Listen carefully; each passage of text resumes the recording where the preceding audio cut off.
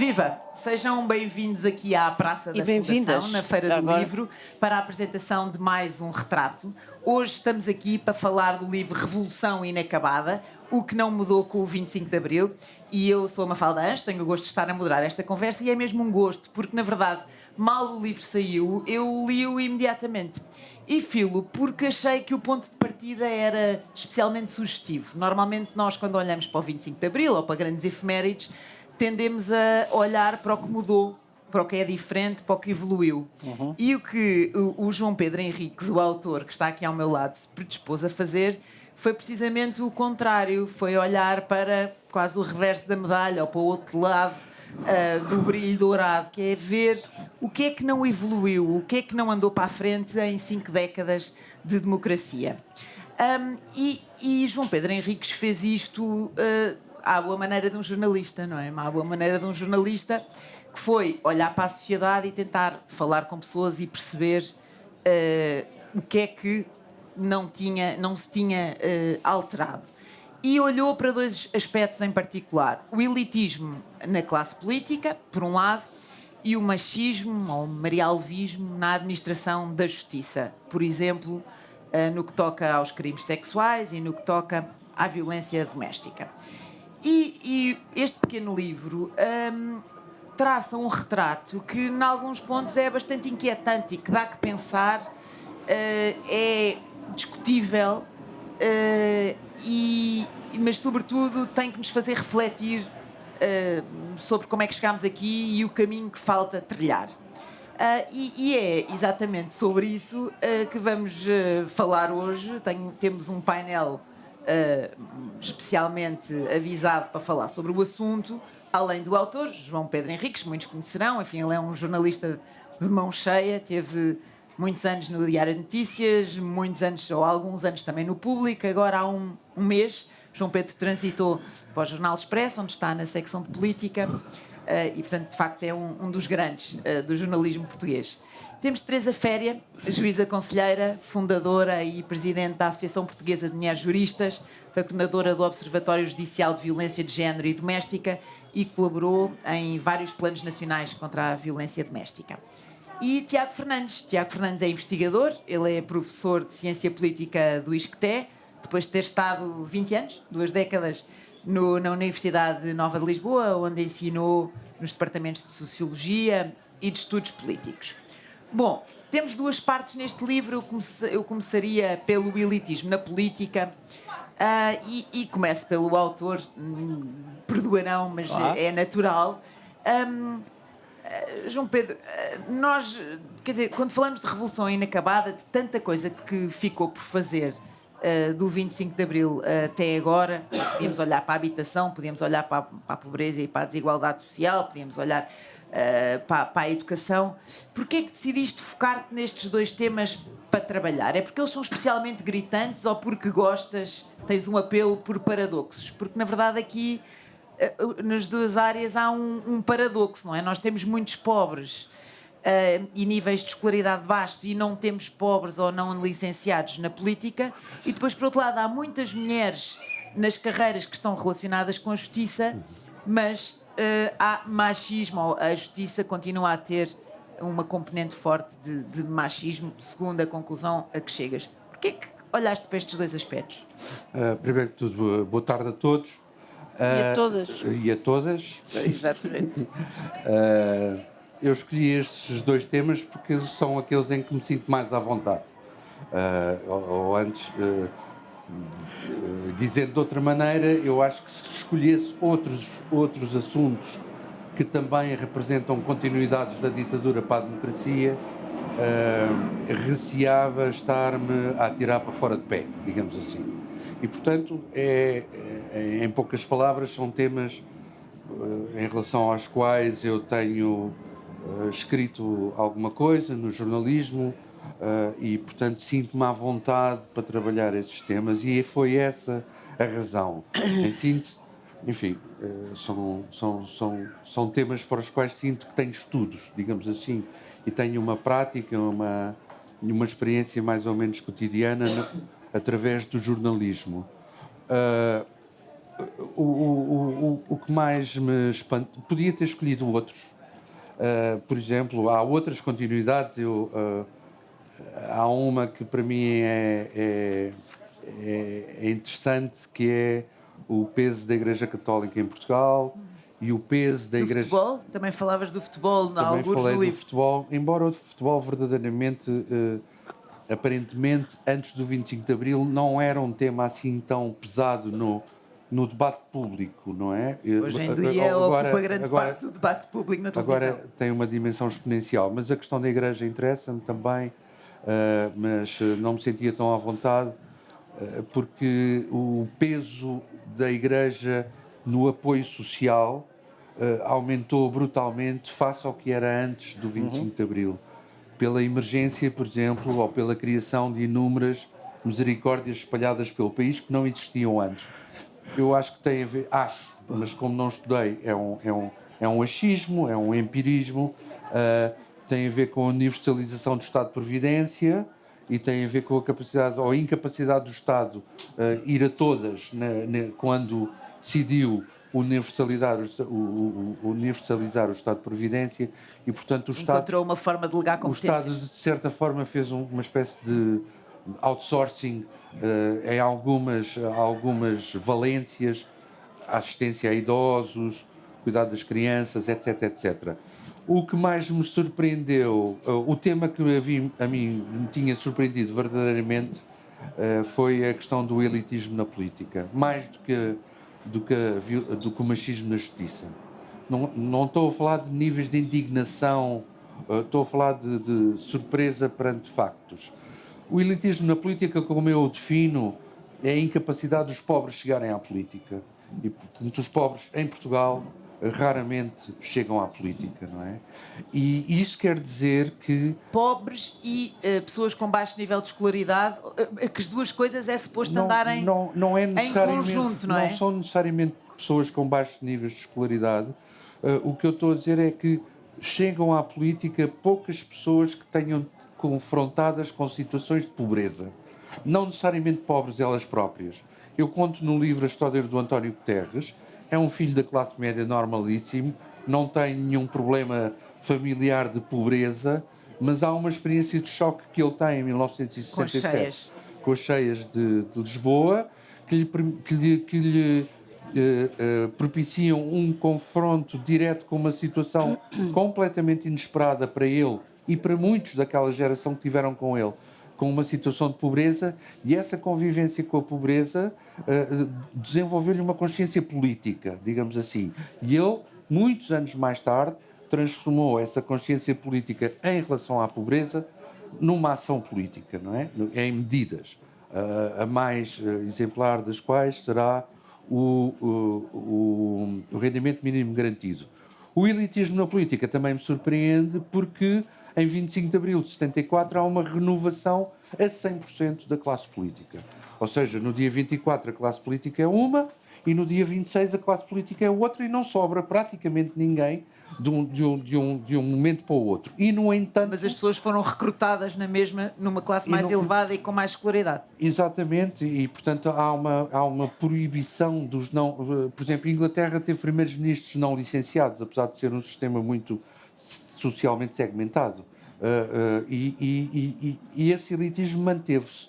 Nós vemos os 4 pais fundadores da democracia, ou deste regime, Álvaro Cunhal, Francisco Sá Carneiro, Diogo Freitas do Moral, Mário Soares, são todos filhos de burguesias bem estabelecidas, pertencem todos, embora Álvaro Cunhal, como militante do Partido Comunista, tenha sentido necessidade a certa altura, porque o Partido Comunista é um partido de classe, sentiu a certa altura a necessidade de, para se enturmar com o seu partido, de se declarar filho adotivo do proletariado. Na verdade, é alguém que nasce numa classe média, direi, abastada, próspera, segura, digamos assim.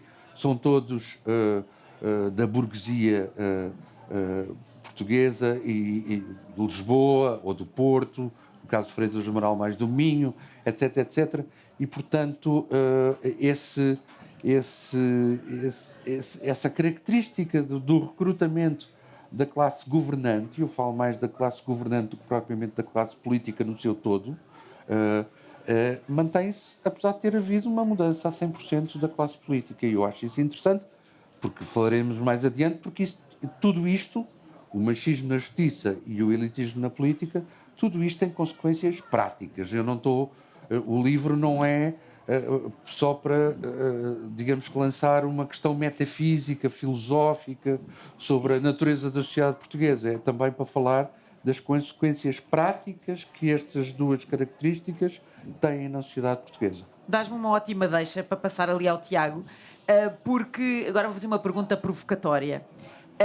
Porquê é que é negativo a política ser elitista? Ou seja, aqui em específico na parte dos licenciados e dos doutorados, quer dizer, não é normal ou não é suposto que os governantes sejam elites mais bem pensantes e mais bem estudadas? Ou seja, não é isso a meritocracia?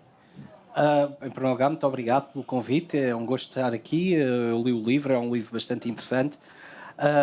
E pegando diretamente na sua pergunta, eu acho que o livro toca em 3 problemas que são problemas importantes de qualquer regime democrático, não é?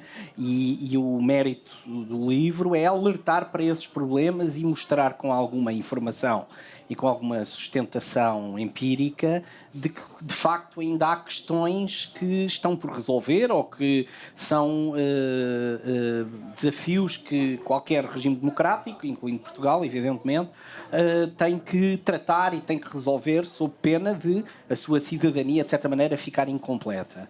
E nesses três pontos há a questão do elitismo na política, que é definido de várias maneiras ao longo do livro, etc.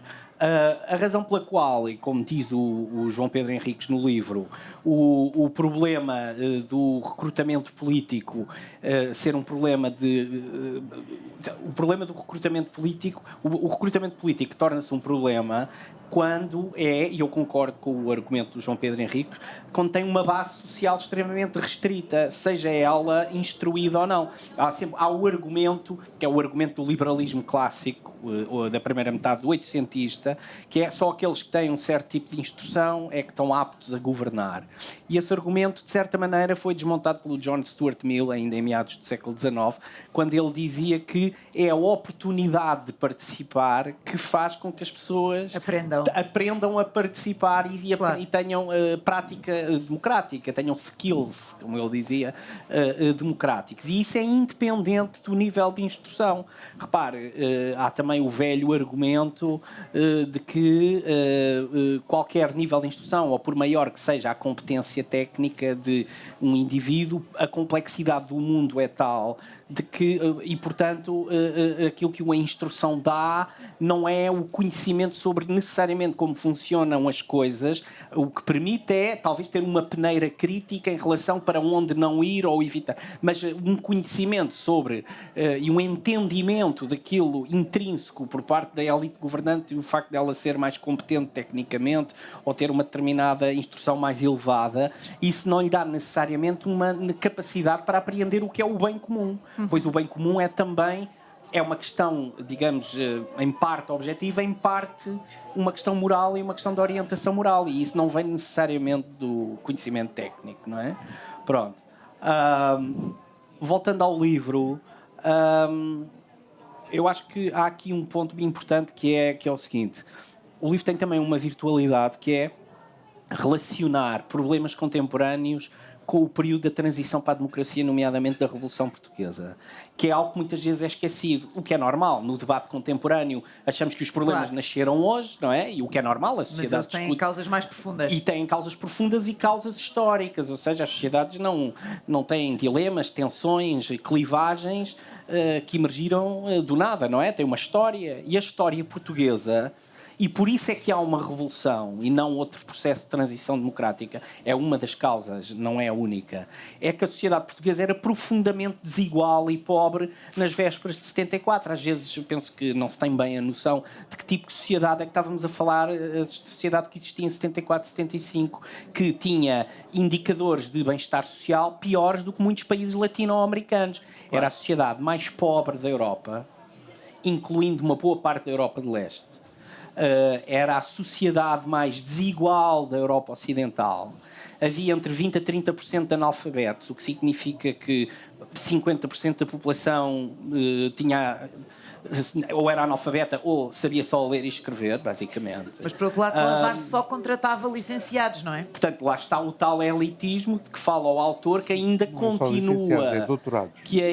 Que ainda continua nos dias de hoje. Portanto, há um padrão e, de facto, uma das virtudes do livro é refletir sobre essas continuidades históricas. Evidentemente, uma revolução, por mais rupturas que faça, há sempre continuidades. E podemos dizer porque é que essas continuidades, se já era porque tempo esse delas... padrão ficou enraizado, esta ideia de catedrocracia, que é uma palavra difícil, foi enraizada. Sim, ficou um bocado essa subserviência para com os professores e os catedráticos, aqueles que têm... Porque há em sociedades profundamente desiguais, aqueles que têm muita instrução num mar de analfabetos, é óbvio que são muitas vezes objeto, por um lado, de ressentimento e de hostilidade contida, por outro lado, de uma admiração muitas vezes excessiva também. E, portanto, isso reflete-se na diferença social que penso que já está muito mais esbatida do que seria há 20 ou 30 ou, evidentemente, há 50 anos. Agora, eu queria só dizer um ponto relativamente a isto.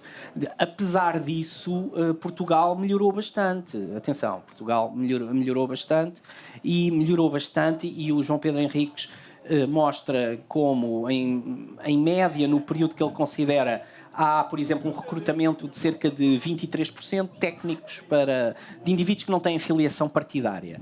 Os ditos independentes. Os tais ditos independentes que vão para os governos porque supostamente têm um grande conhecimento da área que vão tutelar, etc. E para o João Pedro, eu concordo, isso é indicador de elitismo no recrutamento. O recrutamento devia ser mais por políticos profissionais. É essa basicamente a ideia subjacente, embora não avançada. Políticos profissionais ligados à atividade partidária e à mobilização das pessoas, e quem mostra ser competente nisso não tem necessariamente que ter um grande nível de instrução. Tem que ter outras qualidades, capacidade de liderança, capacidade, responsabilidade, sentido prático, etc. Não é? Pronto. Apesar disso, 23% não é muito. Ou seja, este é só um ponto de alguma discordância. Eu acho que o livro identifica problemas importantes, ainda estruturais na sociedade portuguesa. No entanto, há uma evolução positiva ao longo do tempo. Ou seja, no período salazarista, a percentagem de independentes, de professores, ultrapassaria os 50%, em média, eventualmente, pois isso há de haver variação ao longo do tempo, e tem vindo a diminuir no caso português, embora haja ligeiras oscilações. Ou seja, mais de 70%, um pouco mais de 70% dos políticos portugueses são políticos profissionais, de alguma maneira, não é? Claro que isso também levanta outro tipo de problemas. Sim, mas é verdade que a ideia de tecnocracia ainda está muito presente, até no comentário político, não é? Aquela ideia eventualmente, de que aquele especialista de fora não pensa a política. Aliás, característica que foi cultivada por ex-primeiros ministros e ex-presidentes da República, como Cavaco Silva. Sim. Que sempre essa foi político, ideia está enraizada. Mas gostava de vender a ideia de que não era político. Essa ideia está enraizada e o João Pedro mostra isso, mas essa ideia tem vindo a diminuir força ao longo do tempo. É a impressão que eu tenho. Aliás, os dados de João Pedro mostram isso. Deixa-me só dizer um último ponto relativamente a isto.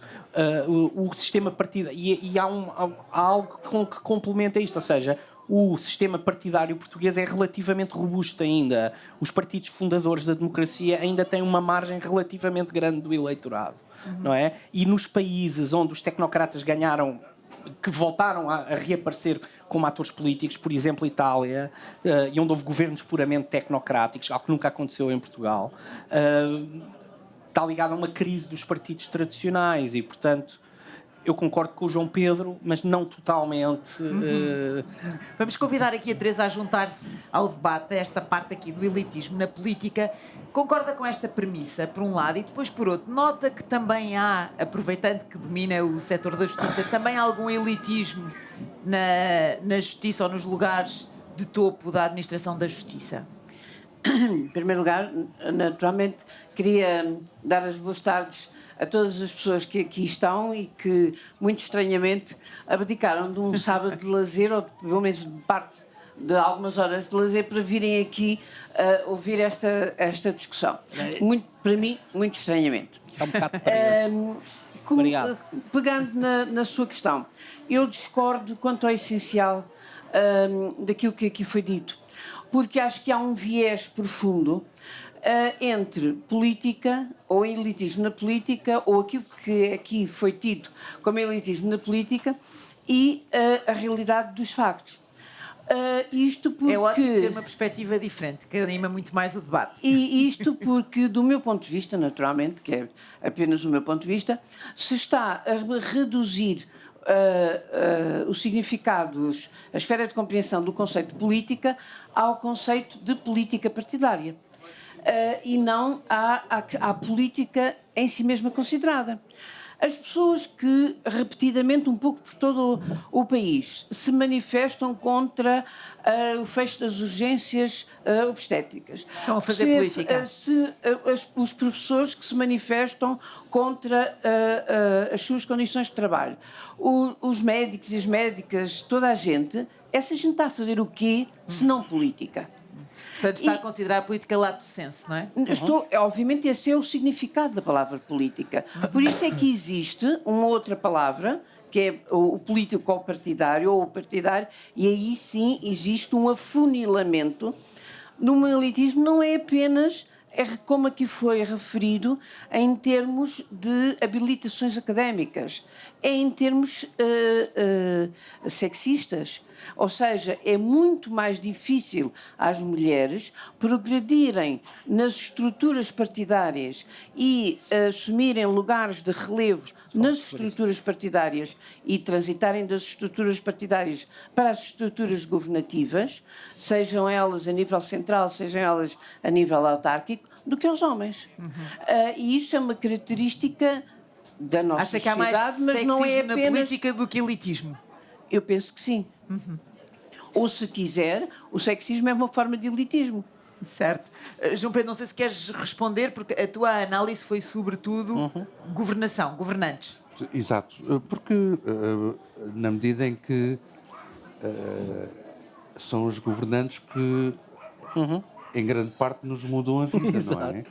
Se alguém baixa impostos ou aumenta impostos, tem a ver com a ação governativa, e a ação governativa é fortemente influenciadora da nossa vida de todos os dias. Claro. A ação governativa do Governo da República, das câmaras municipais, das autarquias, etc. Portanto, sim, eu reconheço que esta visão da política que eu trago para o livro é a visão do poder, do exercício afunilada do poder. no exercício do poder, sim. Aliás, conforme disse no início, eu nem falo tanto do exercício parlamentar da política, falo do exercício do poder governativo, porque na questão do elitismo, de facto, é diferente. Ou seja, os partidos são a grande base de recrutamento a partir do qual se forma o Parlamento, a Assembleia da República, mas os partidos já não têm tanta influência na formação dos governos.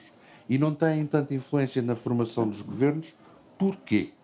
Porque os primeiros ministros se confrontam com uma sociedade que é fortemente crítica da classe política no seu todo. Isto é um problema que não é de hoje, não é de ontem, vem talvez da monarquia constitucional, ou desde que há algo parecido com uma classe política, da Primeira República, etc. Salazar, durante 50 anos, ou 48, não fez mais nada senão despolitizar completamente o regime e a ação governativa, aliás verificou-se que, por exemplo, o partido dele, União Nacional, a fornecer os governos dele, era pouquíssimo influente. A União Nacional fornecia a Assembleia Nacional, mas não fornecia o governo. Cada vez que o Salazar precisava de um ministro da Agricultura, por alguma razão, telefonava para o Instituto Superior de Agronomia e recrutava um catedrático. Era este, em caricatura, o sistema. Porquê? E esse modo de sistema de recrutamento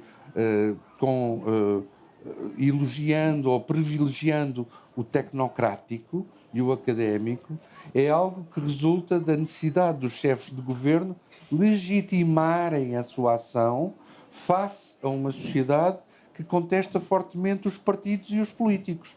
Portanto, é uma maneira de pôr os independentes toda a gente sabe que isso funciona assim. Pôr Elvira Fortunado no governo é muito mais legitimador da ação do Ministério da Ciência do que pôr um deputado que não é cientista. Permite-me? Sim, diga-me. Seguindo à letra o seu raciocínio, então, tendo em consideração que em Portugal existem muito mais mulheres doutoradas e muito mais mulheres com habilitações académicas superiores, o governo seria maioritariamente formado por mulheres. Eu não estou a dizer que as universidades fornecem a maioria do governo, mas estou a dizer que o peso das universidades nos governos é muito maior do que o peso das universidades no Parlamento. E estou a falar da ação executiva. Obviamente que depois entra, tal como o livro fala, o sexismo, claro, claro. E, portanto, talvez entre os primeiros. Não sei, não sei francamente. Eu, a parte do machismo, concentrei-me na questão da justiça e de um problema que continua, que é um problema que porventura será o mais grave, problema de segurança interna que nós temos, que é um problema da violência doméstica, das mulheres que morrem assassinadas, uma a cada 10 dias, não é? É essa a média com que estamos este ano. Mas em relação ao elitismo da política, também tem a ver com a estrutura de gênese dos dois grandes partidos do poder, ou seja, do PS e do PSD. Ao contrário do que acontece com os seus partidos congêneros europeus mais fortes, é muito burguesa. Mais fortes, o Partido Socialista, o PSOE, é a sigla do Partido Socialista Operário Espanhol. O Partido Trabalhista inglês não se chama trabalhista porque deu muito trabalho a fazer. Chama-se trabalhista porque nasceu do mundo do trabalho. O Partido Socialista francês veio dos sindicatos, o Partido Socialista italiano também, os nórdicos também. Os nossos partidos de poder, que são, aliás, ideologicamente muito parecidos, Partido Socialista e Partido Social Democrata, foram formados a partir de elites liberais de advogados, basicamente. Claro. Ou seja, não têm qualquer enraizamento social. E, tanto assim, que demonstraram uma dificuldade enorme, por exemplo, em forjar uma central sindical que combatesse a CGTP. Claro. E foi uma central sindical feita a partir de setores dos serviços, ou seja, da banca, dos seguros, não foi feita a partir do operariado. Porque a base não estava lá. Deixa só o Tiago queria também retorquir e acrescentar. Não, queria só acrescentar que, continuando o que dizia o João Pedro Henriques, que o elitismo tem-se acentuado em parte por causa do declínio do movimento sindical em Portugal. Portanto, aquilo que refere, de certa maneira, que tem variado também ao longo do período democrático. Há períodos de maior e menor ligação, mas, de certa maneira, a maior parte do movimento sindical está ligado a um partido que só muito recentemente é que teve alguma colaboração numa solução de governo. Isso contribui, evidentemente, para um afunilamento do recrutamento da classe política, quando em muitos países, no Reino Unido, houve primeiros-ministros que foram líderes sindicais, ou na Suécia, ou noutros países, incluindo na tradição do sindicalismo católico e religioso que há em países como a Alemanha, a Bélgica, etc, etc. Mas o recrutamento junto do ativismo político, como sugeria a Teresa, pode vir a acontecer? Eu acho que pode. Eu acho que, apesar de tudo, o facto de haver uma... Repare, no caso do Partido Socialista e no caso do PSD também, a relação com a sociedade civil e com o movimento sindical não é assim tão, diria eu, tão antagónica. É por ciclos, digamos. Há períodos de maior fechamento, há períodos de alguma abertura, muitas vezes coincidindo quando estão na oposição. E isso faz parte da dinâmica democrática. E, portanto, apesar de tudo, penso que não há um corte total. Não são partidos puramente de elites ou de quadros, como será, por exemplo, a Iniciativa Liberal, por exemplo. Não é? Esse sim será um partido tipicamente de classe média alta, digamos, e de elites. Pronto. Portanto, a questão do movimento sindical é uma questão importante. Há pouco, quando a doutora dizia a questão de política em sentido lato e a questão da participação política extra-governo, como um dos aspectos fundamentais da política, eu concordo perfeitamente, mas isso não é um problema, pelo menos para o livro, e portanto não é isso que estamos a discutir, não é? Exato. O que estamos a discutir é os problemas que ficaram por resolver. Eu concordo consigo, e penso que a Mafalda também falava há pouco, eu acho que a esfera da sociedade civil portuguesa, eu pronto, não quero estar aqui a fazer propaganda ao meu trabalho, tenho estudado isso ao longo dos anos, é particularmente vibrante em muitos aspectos, e isso muitas vezes também é ignorado, etc. Relativamente, e portanto, e isso contribui para a qualidade da democracia portuguesa e remonta também à Revolução, na minha opinião. Agora, isso é que não é um problema hoje, e estamos a falar aqui dos problemas, não é? Mas só em relação às mulheres, evidentemente eu fiquei bastante, acho que é talvez um dos pontos mais fortes do livro e que merecia uma investigação aprofundada, e deixo aqui o repto ao João Pedro e à Fundação Francisco Manuel dos Santos, um estudo aprofundado mesmo sobre a violência doméstica e o tratamento e a discriminação de género que está na vida cotidiana, digamos, mais do que na política, até na vida cotidiana, incluindo nas famílias, etc. Não é? Claro. E são chocantes algumas destas estatísticas sobre violência doméstica. Isso merecia, por exemplo, uma análise comparativa por regiões do país, por exemplo, claro. ver o tipo de subculturas mais propensas a esse tipo de comportamentos de violência sobre as mulheres, etc. Ver os padrões, e, portanto, isso era um estudo, penso eu, bastante interessante para compreendermos as causas e quem são os atores específicos do fenómeno e o ambiente cultural onde isso acontece. Mas, do ponto de vista do recrutamento político, o trabalho da Edna Costa da Universidade do Minho mostra isso. Portugal, desde 2017-18, atingiu a paridade de representação feminina no Parlamento e nos governos, ou seja, aquilo que as Nações Unidas... governos com mais mulheres do que homens. Aquilo que as Nações identificam como paridade, que é acima de 40% de mulheres no Parlamento e em órgãos de representação política, tem sido atingida Portugal, e nos países da Europa do Sul, a seguir, Espanha já está melhor que Portugal, dependendo dos contextos, mas Portugal está à frente de países como a Grécia e a Itália, bastante à frente, e portanto é algo positivo da democracia portuguesa e que tem vindo... Pronto.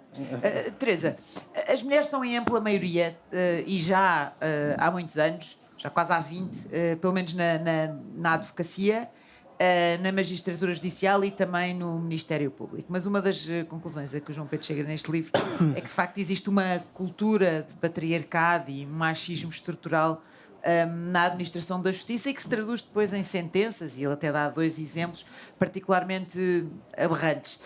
A Teresa concorda com esta ideia? Vê isto no seu dia-a-dia? Isso é óbvio, patente, mete-se pelos olhos adentro, não há qualquer espécie de contestação sobre isso.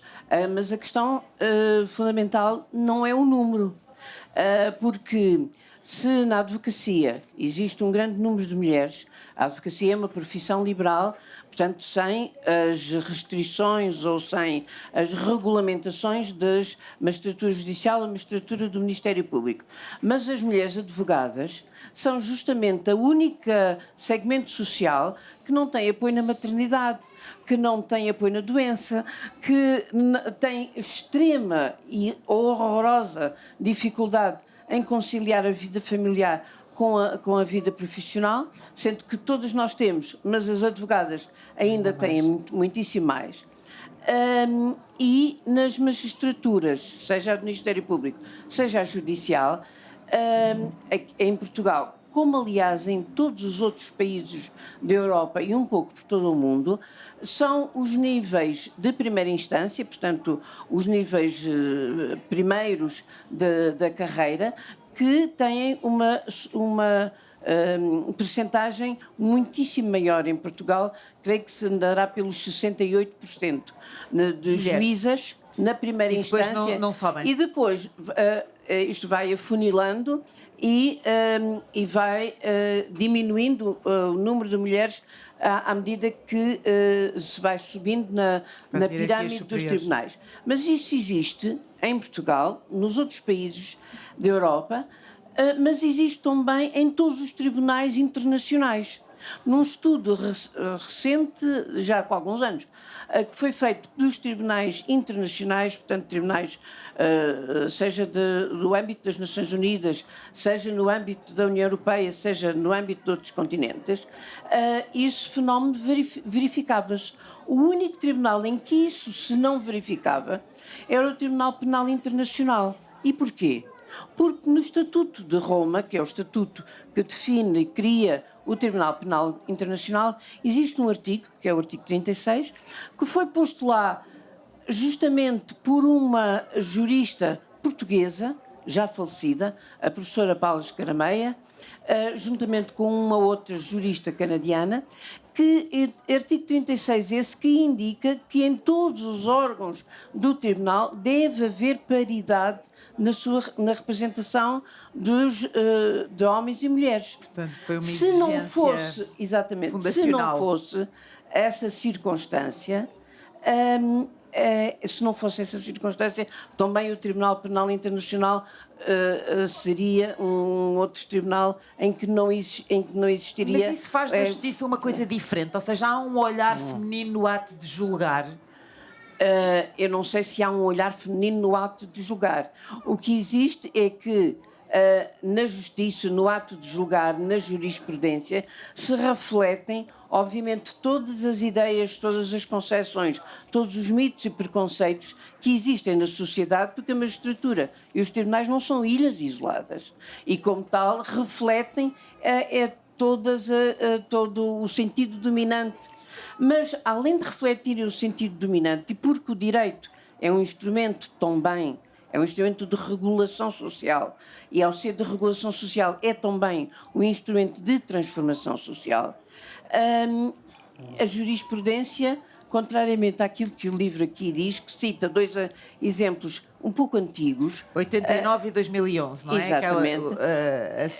Exatamente. A célebre sentença do macho... Do macho ibérico, de 89 e a 2011, do psiquiatra do Porto. A jurisprudência tem evoluído muito, designadamente a partir do caso Casa Pia. O caso Casa Pia marcou... Ou seja, nota uma evolução nos últimos anos. Uma pedra de toque, uma pedra de viragem em termos da jurisprudência. Em que sentido, já agora? Peço desculpa. No sentido de preservação e promoção dos direitos das vítimas e, designadamente, das crianças, mas também das mulheres, no que respeita a todos os crimes sexuais.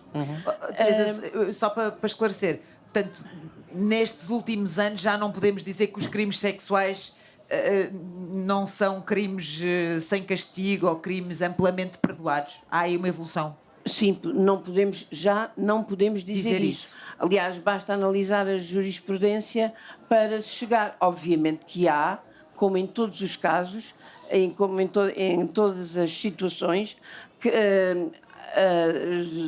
casos, decisões, que, analisando exteriormente, nos dizem isto é uma injustiça profunda. Será? Não posso estar a discutir caso a caso. Mas a tendência geral e a tendência dominante, hoje em dia, não é essa. João Pedro, vi que estavas com vontade de acrescentar. A questão do machismo na justiça opera-se, segundo concluído, da seguinte forma. Já não se... Isso está escrito no livro. Já não saem tantas sentenças cavernícolas como a do... Cavernícolas é a palavra correta. A do macho. Finalmente concorda comigo. Obrigado. Alguma vez teria que ser. Obrigado. Pronto. Não se repetirá. Mas... Nunca se sabe. Portanto, já não sai das sentenças cavernícolas, mas entretanto, desenvolveram-se procedimentos como a suspensão provisória de pena e também já existe a suspensão de pena, mas são procedimentos em diferentes fases processuais, o que faz com que, nos números de 2022, 7 em cada 10 acusados de violência doméstica não cumpram pena de prisão. Mas e a taxa de condenação também é baixa? Desses 7, mas aí, quer dizer, aí não... As taxas podem aumentar em função da queixa que vai aumentando em si mesmo e obviamente a sociedade está cada vez mais alerta e cada vez mais as pessoas se queixam quando têm razões para isso, ao contrário do que acontecia. Mas continuamos a ver números finais de assassinato de mulheres que não baixam. quer dizer, que andam assim, sobem e descem, sobem e descem, sobem e descem. Que a violência doméstica é um dos principais, é uma das passagens que tens no livro, e há bocadinho dizias isso em passando, que é um dos principais problemas de segurança, quando nós andamos a discutir tanto imigração, por exemplo, se calhar devíamos discutir mais violência doméstica. É um problema de segurança interna, sim, embora não seja enquadrado como tal. O que se passa é que há um uso e abuso de alguns procedimentos, a suspensão provisória de processo. Isso é denunciado inclusivamente por instituições internacionais que vigiam o cumprimento da Convenção de Istambul, e, portanto, não é tantas sentenças, é outros procedimentos que fazem com que o resultado final seja o mesmo. Qual é o resultado final? Uma mulher é assassinada a cada 10 dias em Portugal. E, portanto, podemos dizer, com razão, que as mulheres reforçaram fortemente a sua presença no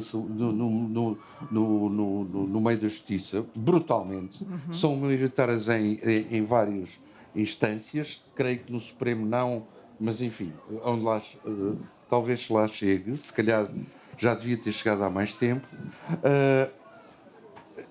As leis mudaram elas próprias bastante e num sentido progressista, não é?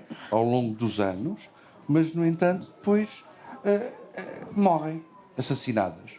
E isto vai dar à tal questão das consequências destas inércias culturais de que eu falo. Estas inércias culturais de que eu falo, o elitismo na política e na governação e o machismo na justiça têm consequências práticas. Claro. A consequência prática do machismo na justiça é que continuam a morrer mulheres como se não houvesse amanhã.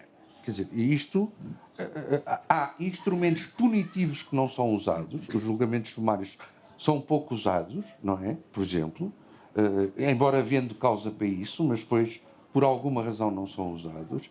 E no elitismo político, o que se passa é o seguinte: quando temos uma classe governante que é essencialmente constituída por pessoas com pouca empatia com o problema da pobreza, nós temos que essa é uma das razões, não a única, mas essa pode ser considerada uma das razões para Portugal ser um dos países mais desiguais da Europa, que é, de facto, não é? Ou seja, a empatia é meio caminho andado para resolver um problema. Se eu tivesse o privilégio de ter tido um motorista para mim durante a minha vida toda, provavelmente não estar-me completamente nas tintas para o problema para os transportes públicos, da circulação urbana, claro, para o problema dos transportes, para o problema do estacionamento. Portanto, a empatia é meio caminho andado para resolver bem um problema e para sentir necessidade de resolver o problema. Não havendo empatia, depois não se resolvem os problemas com o mesmo grau de eficácia. Eu já vou à empatia ao Tiago, mas queria ouvir a Teresa sobre a parte das condenações, porque em relação aos crimes sexuais houve já censura pública, inclusivamente a nível internacional, pelo GREVIO, o organismo do Conselho da Europa que fiscaliza o cumprimento da Convenção de Istambul, relativamente ao número de condenações e o rácio de queixas. O que é que falha aqui? Não tem ideia de que isto é um problema? Claro que é um problema, mas aquilo que falha é um pouco mais amontante. Porque, por exemplo, o mecanismo da suspensão provisória do processo é um mecanismo que muito estranhamente se aplica nos casos de violência doméstica. Está na lei. E, portanto, aqui o está na lei implica fazer uma pequena precisão. Ou seja, quer o Ministério Público, quer a Judicatura, não aplica a suspensão provisória do processo porque, em alguma inspiração mais ou menos divina, resolveu fazê-lo. Falo em obediência à lei. Mas na margem de discricionariedade do juiz... Não existe grande margem de discricionariedade. É só pedir, é só apelar e ela é relativamente, não existe grande margem de discricionariedade e quando estão reunidas as condições legais para o fazer, deve ser feito. A experiência do Ministério Público, que não é a minha, a experiência do Ministério Público ligada à investigação, portanto, quem trabalha nos chamados DIAPs, diz que é um mecanismo que tem resultado. Se tem ou não tem resultado, eu não sei e, portanto, sobre isso não posso estar a pronunciar. Não é um mecanismo que receba a minha simpatia pessoal, confesso, nem a simpatia de muita gente que trabalha nesta área. A suspensão da execução da pena é uma coisa diferente. Claro. É uma pena, é chamada uma pena de substituição. É evitar que a pessoa cumpra a pena num estabelecimento prisional e esteja, vamos dizer assim, de uma forma simples, sob vigilância mais ou menos apertada, para poder verificar se está em condições ou não está em condições de não ir, como se diz em português corrente, malhar com os ossos numa choça. Agora, a questão essencial, e aqui, olha, mais um ponto de concordância consigo. Eu também acho, isto está mal, eu também acho que a violência doméstica e a violência contra as mulheres, a violência de género, é um dos problemas principais, se não o problema principal, em matéria de segurança interna. Simplesmente discordo de si quando diz que essa é uma questão, ou parece dizer, se é que estou a interpretar bem, que essa é uma questão que tem a ver com os tribunais e a ação da judicatura.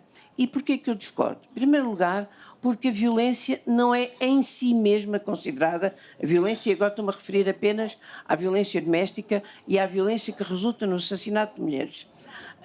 Não é em si mesmo um fenómeno em si mesmo considerado.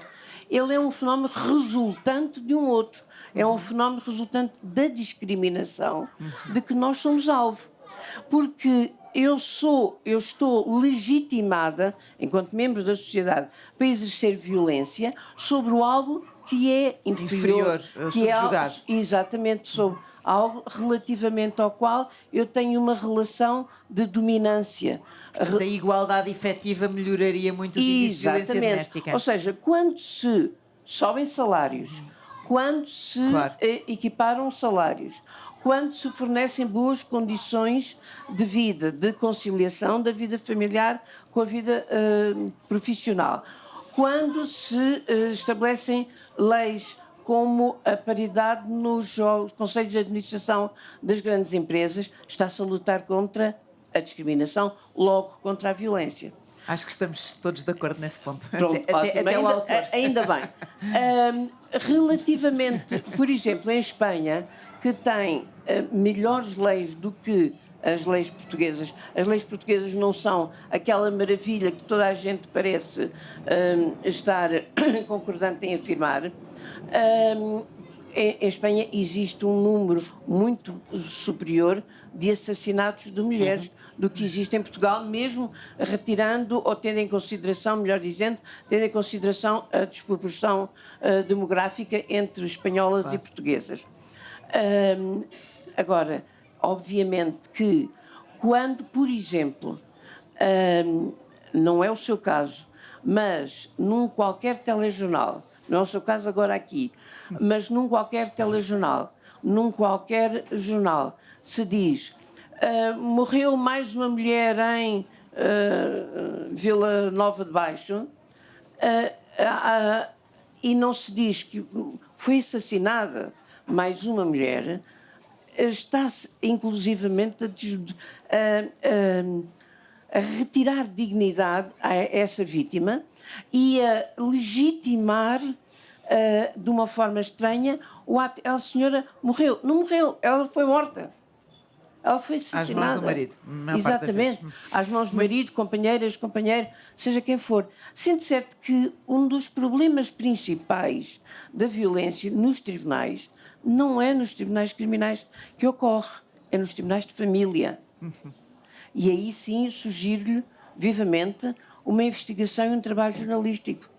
Temos um ponto para averiguar, porque de facto nos tribunais de família há muito caminho a progredir. Mas temos que incluir o Tiago nesta conversa, porque nós já ultrapassámos o nosso tempo, os 45 minutos passaram a voar e não sei qual é a margem de tolerância que temos, não é muita, portanto 2 minutos só para falar. Eu pedi-lhe para falar do tema da empatia, do ponto que o João Pedro focava, que eu acho que é interessante. É importante isto de experimentar uma situação para conseguir ter medidas mais concretas e mais eficazes ou julgar melhor? Sinceramente não sei, porque também não sou psicólogo e portanto não sei responder a isso. O que eu acho é que nós temos que ter boas instituições. E para isso é preciso paridade. Sim, em parte, sim. E inclusão de classes e é preciso ter instituições onde a cultura organizacional é uma cultura democrática, e isso evidentemente passa pela paridade, pela ideia de que homens e mulheres são cidadãos de pleno direito, não é?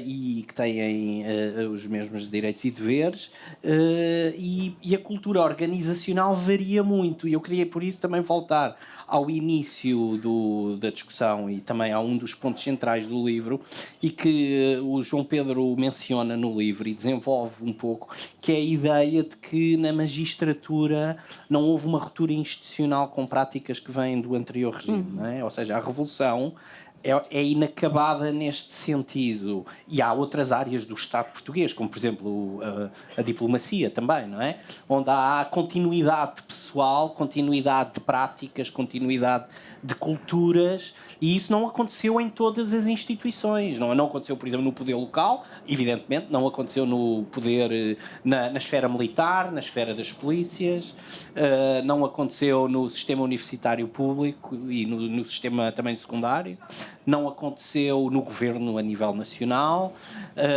e houve processos conturbados relativamente a isso, afastamento compulsivo de indivíduos ligados ao anterior regime, mas também a criação a partir do nada, frequentemente, a partir de uma ligação entre novos atores políticos e movimentos sociais, de uma nova cultura democrática. E isso aconteceu mais numas instituições do que noutras, e provavelmente na justiça há ainda talvez resquícios de uma cultura organizacional mais antiquada. Pode ser, eu não sei, não estudei isso, o livro aponta nesse sentido, a sua autora com certeza saberá isso melhor do que nós, mas eu penso que seria algo interessante a averiguar. Bom, e a estudar. Dois segundos mesmo.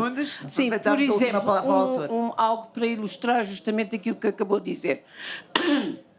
Existia uma tradição no Supremo Tribunal de Justiça de editar o chamado livro dos juízes do Supremo Tribunal de Justiça, que era uma espécie de compilação das pessoas que lá exerciam funções. Vai sair agora, dentro de algum tempo, um novo livro desse, foi retomada essa tradição, e o livro já não se chama livro dos juízes, chama-se livro das juízas e dos juízes do Supremo Tribunal de Justiça. É uma evolução. É uma evolução. E há uma mulher, há um dos Supremos que é presidido por uma mulher e foi eleita por uma maioria de homens. Justamente, e agora... Supremo Tribunal Administrativo. E que, aliás, é citada no livro. Desculpe interrompê-lo, e recentemente houve eleições para presidente do Supremo Tribunal de Justiça, certo, e concorreram 2 mulheres. Exatamente. E portanto, há um caminho que está a ser feito. E depois perderam. João Pedro, para terminar. Para encerrar, eu acho que gostava de... Última ideia. Estas duas características da sociedade portuguesa representam, ou seja, o elitismo na política e o machismo na justiça, representam duas inércias culturais profundas que continuam a operar e a fazer-se sentir. Há quem diga, mas é preciso estudar, eu estou a ser empírico aqui neste aspecto, que tudo isto decorre de estas coisas todas... tudo isto conflui num ponto. E esse ponto é a desigualdade. Ou desigualdade social, ou desigualdade de género.